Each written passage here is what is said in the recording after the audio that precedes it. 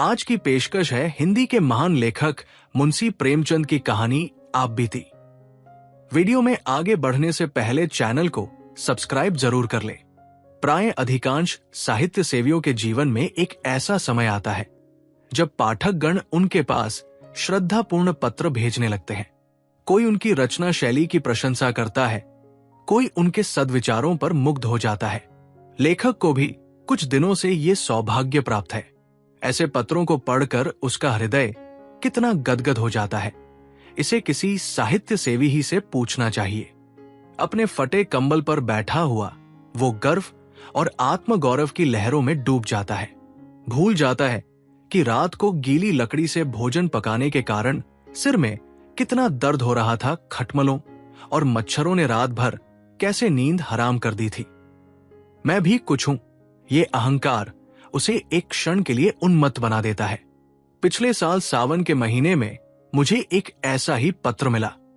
उसमें मेरी क्षुद्र रचनाओं की दिल खोलकर दाद दी गई थी।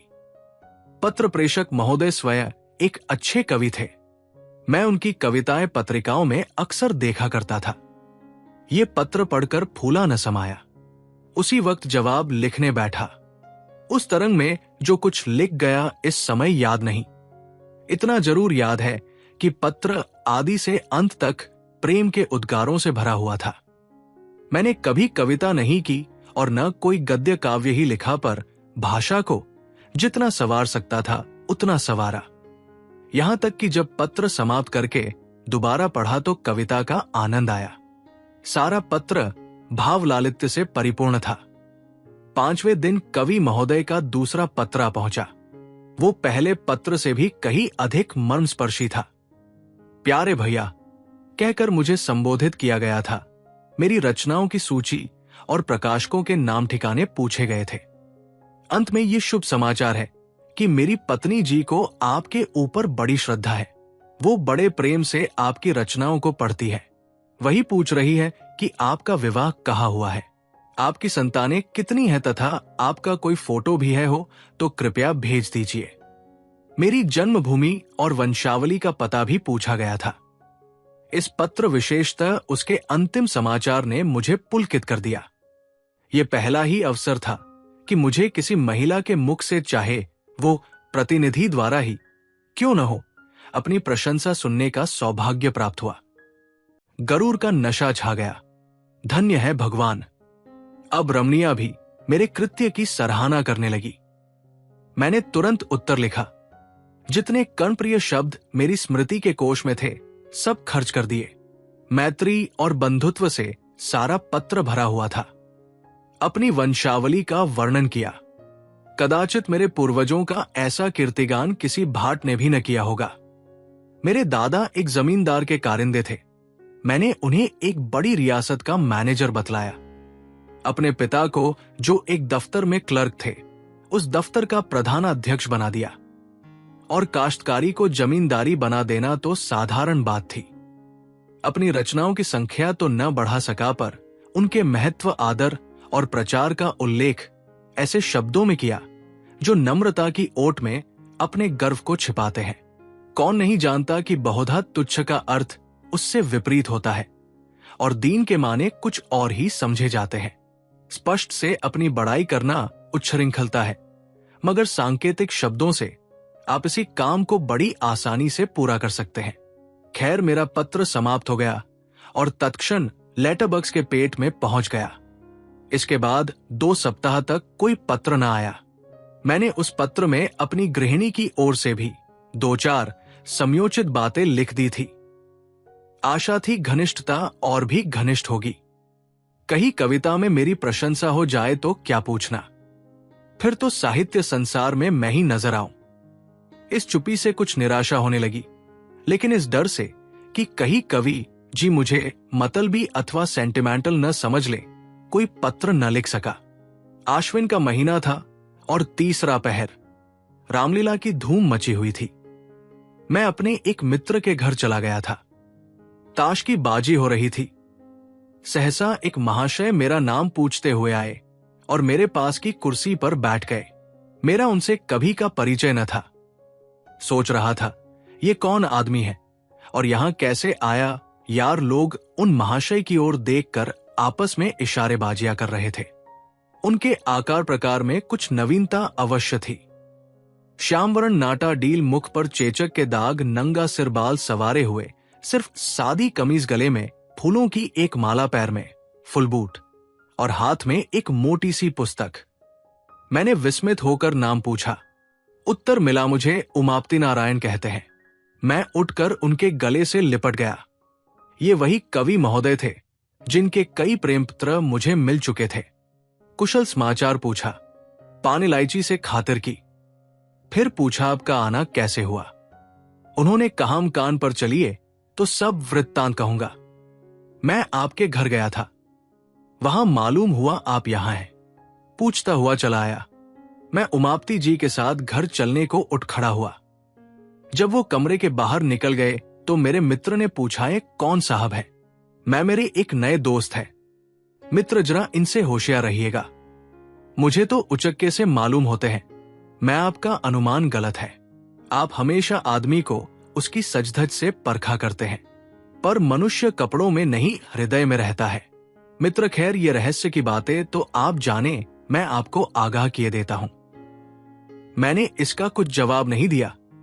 उमापति जी के साथ घर पर आया, बाजार से भोजन मंगवाया, फिर बातें होने लगी। उन्होंने मुझे अपनी कई कविताएं सुनाई। स्वर बहुत सरस और मधुर था। कविताएं तो मेरी समझ में खाक न आई, पर मैंने तारीफों के पुल बांध दिए। झूम झूम कर वाह वाह करने लगा, जैसे मुझसे बढ़कर कोई काव्य रसिक संसार में न होगा। संध्या को हम रामलीला देखने गए। लौटकर उन्हें फिर भोजन कराया। अब उन्होंने अपना वृत्तांत सुनाना शुरू किया। इस समय वो अपनी पत्नी को लेने के लिए कानपुर जा रहे हैं। उसका मकान कानपुर ही में है। उनका विचार है कि एक मासिक पत्रिका निकाले। उनकी कविताओं के लिए एक प्रकाशक 1000 देता है, पर उनकी इच्छा तो ये है कि उन्हें पहले पत्रिका में क्रमशः निकालकर फिर अपनी ही लागत से पुस्तकाकार छपवाएं। कानपुर में उनकी जमींदारी भी है, पर वो साहित्यिक जीवन व्यतीत करना चाहते हैं। जमींदारी से उन्हें घृणा है। उनकी स्त्री एक कन्या विद्यालय में प्रधानाध्यापिका है। आधी रात तक बातें होती रही।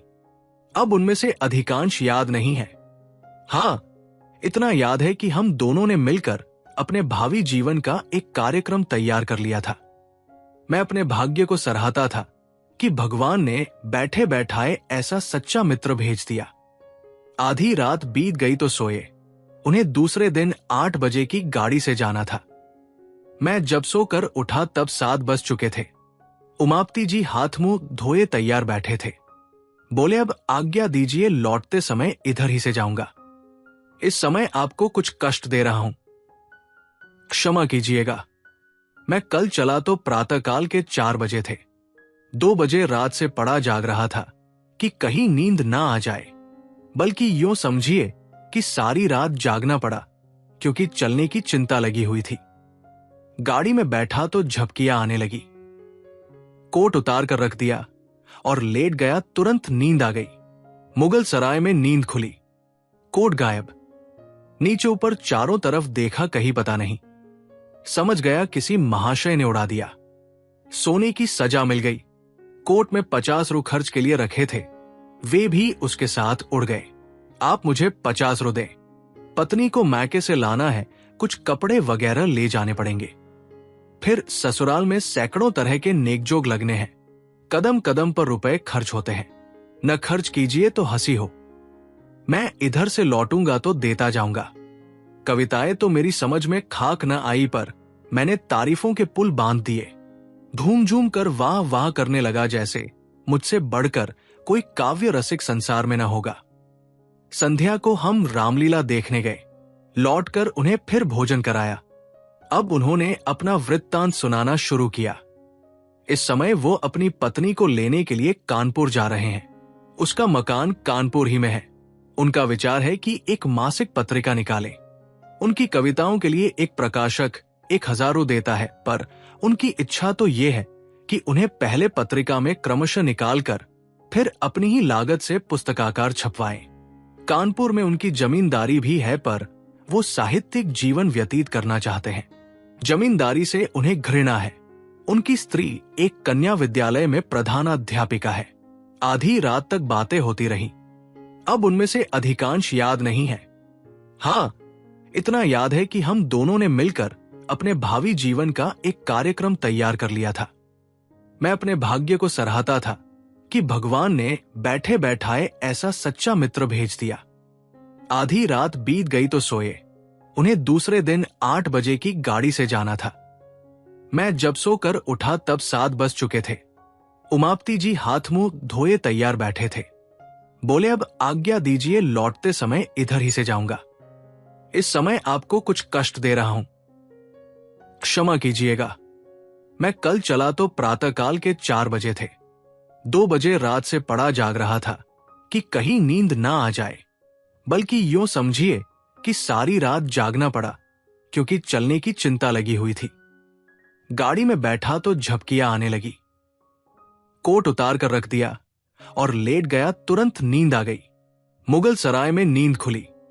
कोट गायब। नीचे ऊपर चारों तरफ देखा, कहीं पता नहीं। समझ गया किसी महाशय ने उड़ा दिया। सोने की सजा मिल गई।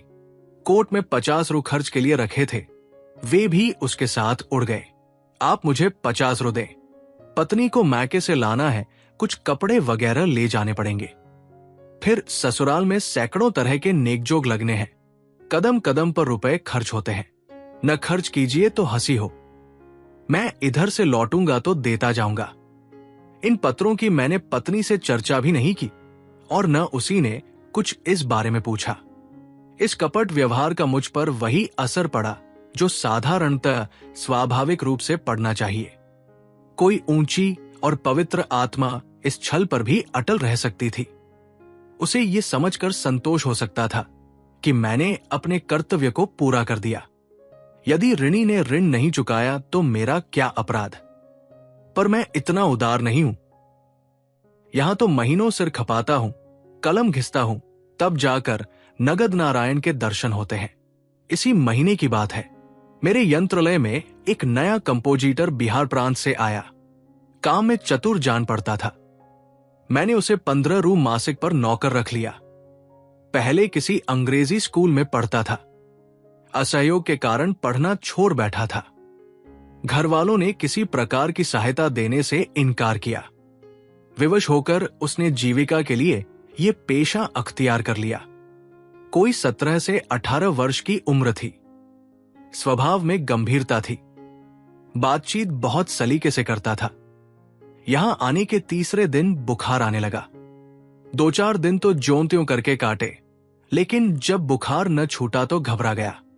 घर की याद आई और कुछ न सही घर वाले क्या दवा दर्पण भी न करेंगे। मेरे पास आकर बोला, महाशय मैं बीमार हो गया हूं, आप कुछ रुपए दे दे तो घर चला जाऊं। वहां जाते ही रुपयों का प्रबंध करके भेज दूंगा। वो वास्तव में बीमार था। मैं उससे भली भांति परिचित था। ये भी जानता था कि यहां रहकर वो कभी स्वास्थ्य लाभ नहीं कर सकता। उसे सचमुच सहायता की जरूरत थी। पर मुझे शंका हुई कि कहीं ये भी रुपए हजम न कर जाए। जब एक विचारशील सुयोग्य विद्वान पुरुष धोखा दे सकता है, तो ऐसे अर्धशिक्षित नवयुवक से कैसे ये आशा की जाए कि वो अपने वचन का पालन करेगा। मैं कई मिनट तक घोर संकट में पड़ा रहा। अंत में बोला, भाई मुझे तुम्हारी दशा पर बहुत दुख है, मगर मैं इस समय कुछ न कर सकूंगा। बिल्कुल खाली हाथ हूं। खेद है। ये कोरा जवाब सुनकर उसकी आंखों से आंसू गिरने लगे। वो बोला, आप चाहें तो कुछ न कुछ प्रबंध अवश्य कर सकते हैं। मैं जाते ही आपके रुपए भेज दूंगा। मैंने दिल में कहा, हाँ तुम्हारी नीयत साफ है, लेकिन घर पहुंचकर भी यही नीयत रहेगी। इसका क्या प्रमाण है नीयत साफ रहने पर भी मेरे रुपए दे सकोगे या नहीं, ये कौन जाने। कम से कम तुमसे वसूल करने का मेरे पास कोई साधन नहीं है। प्रकट में कहा, इसमें मुझे कोई संदेह नहीं है, लेकिन खेद है कि मेरे पास रुपए नहीं है। हाँ, तुम्हारी जितनी तनख्वाह निकलती हो वो ले सकते हो। उसने कुछ जवाब नहीं दिया। किंकर्तव्य विमूढ़ की तरह एक बार आकाश की ओर देखा और चला गया। मेरे हृदय में कठिन वेदना हुई। अपनी स्वार्थपरता पर ग्लानि हुई। पर अंत को मैंने जो निश्चय किया था उसी पर स्थिर रहा। इस विचार से मन को संतोष हो गया कि मैं ऐसा कहा का धनी हूं जो यो रुपए पानी में फेंकता फिरूं। यह है उस कपट का परिणाम जो मेरे कवि मित्र ने मेरे साथ किया। मालूम नहीं आगे चलकर इस निर्बलता का क्या कुफल निकलता, पर सौभाग्य से उसकी नौबत न आई। ईश्वर को मुझे इस अपयश से बचाना मंजूर था। जब वो आंखों में आंसू भरे मेरे पास से चला तो कार्यालय के एक क्लर्क पर पृथ्वीनाथ से उसकी भेंट हो गई। पंडित जी ने उससे हाल पूछा। पूरा वृत्तांत सुन लेने पर बिना किसी आगा पीछा के उन्होंने 15 रू निकाल कर उसे दे दिए। ये रुपए उन्हें कार्यालय के मुनीम से उधार लेने पड़े। मुझे ये हाल मालूम हुआ तो हृदय के ऊपर से एक बोझ सा उतर गया। अब वो बेचारा मजे से अपने घर पहुंच जाएगा। ये संतोष मुफ्त ही में प्राप्त हो गया। कुछ अपनी नीचता पर लज्जा भी आई। मैं लंबे लंबे लेखों में दया, मनुष्यता और सद्व्यवहार का उपदेश किया करता था, पर अवसर पड़ने पर साफ जान बचाकर निकल गया। और ये बेचारा क्लर्क जो मेरे लेखों का भक्त था, इतना उदार और दयाशील निकला। गुरु गुढ़ी रहे चेला शक्कर हो गए। खैर, उसमें भी एक व्यंग्यपूर्ण संतोष था कि मेरे उपदेशों का असर मुझ पर न हुआ, न सही दूसरों पर तो हुआ। चिराग के तले अंधेरा रहा तो क्या हुआ, उसका प्रकाश तो फैल रहा है। पर कहीं बेचारे को रुपए न मिले, और शायद ही मिले, इसकी बहुत कम आशा है, तो खूब छकेंगे। हजरत को आड़े हाथों लूंगा। किंतु मेरी ये अभिलाषा न पूरी हुई। 5वें दिन रुपए आ गए। ऐसी और आंखें खोल देने वाली यातना मुझे और कभी नहीं मिली थी। खैरियत यही थी कि मैंने इस घटना की चर्चा स्त्री से नहीं की थी, नहीं तो मुझे घर में रहना भी मुश्किल हो जाता। उपर्युक्त वृत्तांत लिखकर मैंने एक पत्रिका में भेज दिया। मेरा उद्देश्य केवल यह था कि जनता के सामने कपट व्यवहार के कुपरिणाम का एक दृश्य रखूं। मुझे स्वप्न में भी आशा न थी कोई प्रत्यक्ष फल निकलेगा। इसी से जब चौथे दिन अनायास मेरे पास 75 रू का मनी ऑर्डर पहुंचा तो मेरे आनंद की सीमा न रही। प्रेषक वही महाशय थ्योमाप्ती। कूपन पर केवल क्षमा लिखा हुआ था। मैंने रुपए ले जाकर पत्नी के हाथों में रख दिए और कूपन दिखलाया। उसने अनमने भाव से कहा, इन्हें ले जाकर यत्न से अपने संदूक में रखो। तुम ऐसे लोभी प्रकृति के मनुष्य हो, ये मुझे आज ज्ञात हुआ। थोड़े से रुपयों के लिए किसी के पीछे पंजे झाड़ कर पड़ जाना सज्जनता नहीं है। जब कोई शिक्षित और विनयशील मनुष्य अपने वचन का पालन न करे तो यही समझना चाहिए कि वो विवश है। विवश मनुष्य को बार बार तकाजों से लज्जित करना भलमनसी नहीं है। कोई मनुष्य जिसका सर्वथा नैतिक पतन नहीं हो गया है, यथाशक्ति किसी को धोखा नहीं देता। इन रुपयों को मैं तब तक अपने पास नहीं रखूंगी जब तक उमाप्ति का कोई पत्र नहीं आ जाएगा कि क्यों रुपए भेजने में इतना विलंब हुआ। पर इस समय मैं ऐसी उदार बातें सुनने को तैयार न था।